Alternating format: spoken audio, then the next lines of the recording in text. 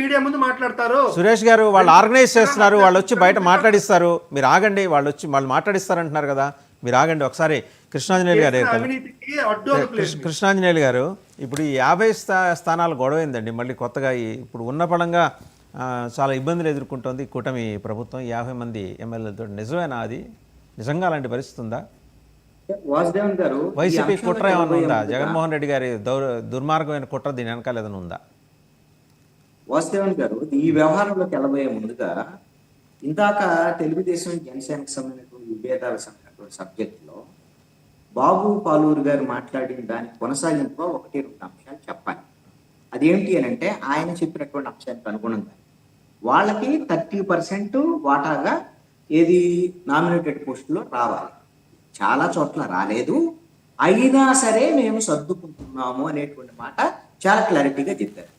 అసలు విషయం ఏంటంటే, రాష్ట్ర వ్యాప్తంగా తమకు రావాల్సినటువంటి వాటా రావటం లేదు, ఈ విధంగా మాకు అన్యాయం జరుగుతుందని జనసేన కార్యకర్తల్లో తీవ్రమైనటువంటి అసంతృప్తి ఉంది. ఈ అసంతృప్తి ఎంతవరకు వెళ్ళిందంటే, మరి ఈ విధంగా వాళ్ళు ఇస్తామన్న 30% వాటా కూడా నామినేటెడ్ పోస్టులు ఇవ్వకుండా ఇలా చేస్తుంటే పవన్ కళ్యాణ్ ఎందుకు మాట్లాడటం లేదు, అక్కడ మాట్లాడకుండా ఎందుకు రాజీ పడుతున్నాడు అనేటువంటి తీవ్రమైనటువంటి అసంతృప్తి జన సైనికుల్లో ఉందండి. ఇది బయటికి కనపడదు. నేను చెప్తాను మీకు వాసుదేవన్ గారు, మీకు నాకు కామన్ మిత్రుడైనటువంటి కాపునాడు రాష్ట్ర నాయకుడితో నేను మాట్లాడినటువంటి సందర్భంలో ఆయన గోదావరి జిల్లాలో ఉత్తరాంధ్రలో ఈ విధమైనటువంటి తీవ్రమైనటువంటి అసంతృప్తి పవన్ కళ్యాణ్ పెరుగుతుందండి, మరి ఆయనకి ఎందుకు అర్థం కావట్లేదు, తెలియటం లేదు అని ఆయన చెప్పాడు. నేను అడిగాను, అసంతృప్తి ఉండి ఏం చేస్తారండి, పవన్ కళ్యాణ్ తప్ప ఆప్షన్ లేదు కదా మీకు, ఎలాగా ఎక్కడికి వెళ్తారంటే, లేదండి ఇమ్మీడియట్ ఇప్పుడున్నటువంటి పరిస్థితుల్లో వైఎస్ఆర్ కాంగ్రెస్ పార్టీ వైపు వెళ్ళేటువంటి పరిస్థితులు కూడా ఉన్నాయి, మరి అది పవన్ కళ్యాణ్కి అర్థం కావట్లేదు, ఇది అంతర్గతంగా రగులుతున్నటువంటి ఒక విస్ఫోటనలాగా రేపొద్దున పేలబోతుందని చెప్పాడు.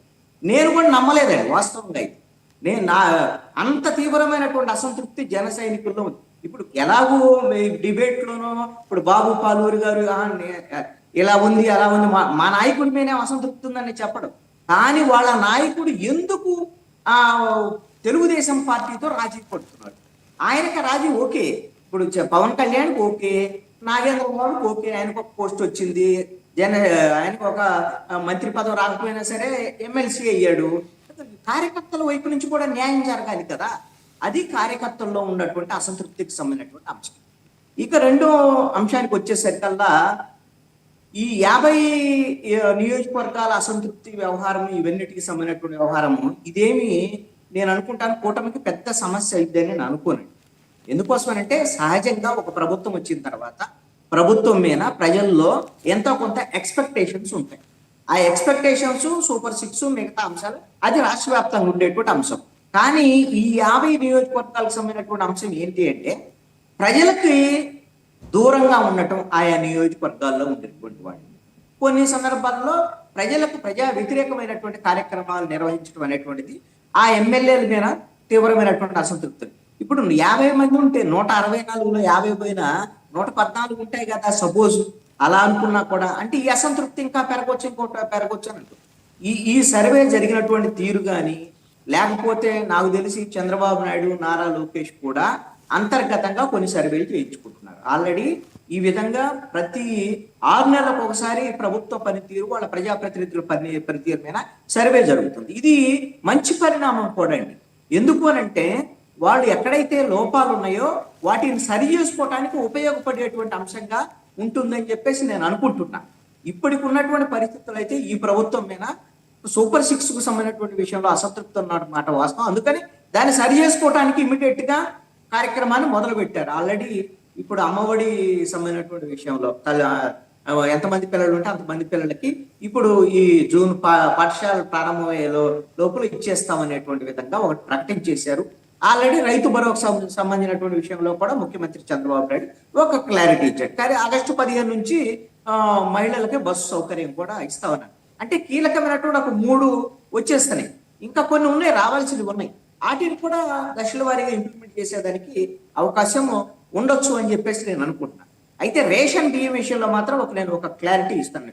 ఈ వాహనాల విషయానికి సంబంధించినటువంటి వ్యవహారంలో ఇటు వాహనాలు కొనుగోలులోనూ కరప్షన్ ఇవన్నిటికన్నా కూడా సార్ ఇక్కడ చాలా కీలకమైనటువంటి అంశం ఏంటంటే ఈ ప్రభుత్వాలు ఎవరు అధికారంలోకి వస్తే వాళ్ళు ఆయా రాజకీయ పార్టీలు రాజకీయ అవసరాలకు అనుగుణంగా వాళ్ళు ఆలోచిస్తున్నారు తప్ప ప్రజల సౌకర్యం గురించి ఆలోచించడం లేదు. ఇది చాలా కీలకమైనటువంటి విషయం. ఈ రేషన్ వాహనాల కొనుగోలుకు సంబంధించినటువంటి జగన్మోహన్ రెడ్డి తీసుకున్నటువంటి నిర్ణయాలు ఇది చాలా కీలకమైనటువంటి. అది ఏమిటి అని అంటే రేషన్ డీలర్లు అందరూ కూడా ఎక్కువ మంది తెలుగుదేశానికి సంబంధించినటువంటి వాళ్ళు మిగతా వాళ్ళు ఉన్నారు కాబట్టి వాళ్ళు రాజకీయంగా ప్రభావిత అంశం కూడా ఉంటున్నారు కాబట్టి వాళ్ళ ప్రాధాన్యతను తగ్గించాలి అనేటువంటి ఒక ఏకైక కారణంతో ఇంటింటికి రేషన్ బియ్యం అనేటువంటిది వాహనాలను తీసుకొచ్చారని చెప్పాడు జగన్మోహన్ రెడ్డి. ఎందుకు వాళ్ళ ప్రాధాన్యత తగ్గించడం? వీళ్ళందరూ ఎవరు? ఈ రేషన్ ఇచ్చేటువంటి వాహనాల ద్వారాగా వైఎస్ఆర్ కాంగ్రెస్ పార్టీ కార్యకర్తలను పెట్టుకున్నారు. ఇంటింటికి రేషన్ ఇస్తా అన్న జగన్మోహన్ రెడ్డి ఇచ్చాడా? ఇంటింటికి ఇవ్వలా. ఎక్కడికి తీసుకెళ్లాడు?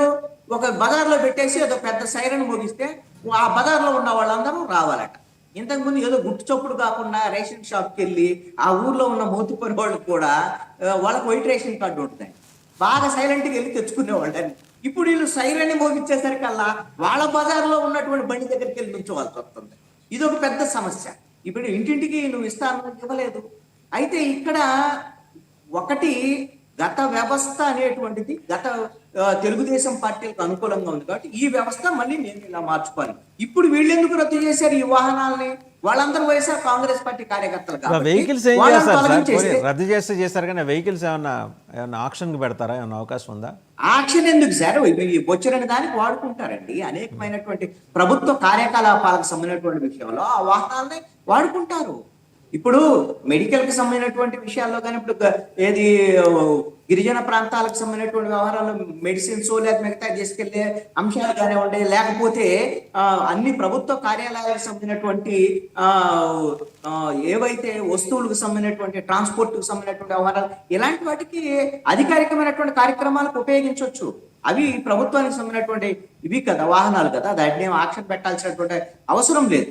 నేనేమంటానంటే పార్టీలు మీరు అధికారంలోకి వచ్చినప్పుడు ప్రజల సౌకర్యం గురించి ఆలోచించండి, అంతే తప్ప గత ప్రభుత్వం ఈ పని చేసింది, ఇది వాళ్ళకి పేరు వస్తుంది లేదా వాళ్ళ పార్టీ కార్యకర్తలకు ఉపయోగపడుతుంది కాబట్టి మా పార్టీ కార్యకర్తలకు ఏం చేద్దాం, మేము కొత్తగా తీసుకొస్తాం. దీనివల్ల ప్రజలకు వచ్చే ప్రయోజనం ఏంటండి? మీరు డబ్బులు పోగొట్టారు, ఆ వాహనాల పేరుతో మీకు కావాల్సిన సౌకర్యం. ఇంకొకటి కూడా నేను చెప్తాను, ఈ ప్రభుత్వం ఈ వాహనాలు రద్దు చేయడానికి ఒక కారణం చెప్పింది.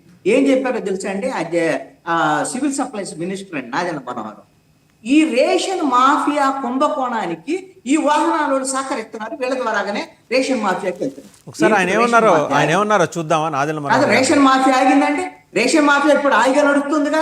మీకు ఎవరు వాటాలు వాళ్ళకి వస్తున్నాయి కదా, ఆయిగా వస్తున్నాయి కదా.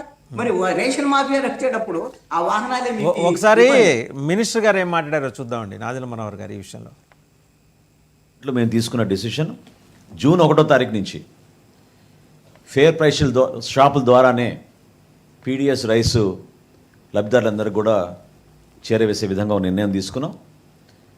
దీంతో పాటు 65 సంవత్సరాల కన్నా ఎక్కువగా ఉన్న వయసులో ఉన్న వృద్ధులకు, అదేవిధంగా దివ్యాంగులకు డోర్ డెలివరీ జరిగేటట్టు ఈరోజు ఒక నిర్ణయం తీసుకున్నాం. ఈ ఫేర్ ప్రైస్ షాప్స్లో కూడా మేము కొత్త యాప్ డిజైన్ చేసాం. రేషన్ చాలా పక్కాగా మేము మానిటర్ చేసుకునే విధంగా నెక్స్ట్ ఫేజ్లో మేము ప్రతి షాప్లో కూడా సీసీ కెమెరాలు కూడా ఏర్పాటు చేసి వాళ్ళ సర్వీసెస్ని మేము పెంచే విధంగా కేంద్ర ప్రభుత్వంతో చర్చించి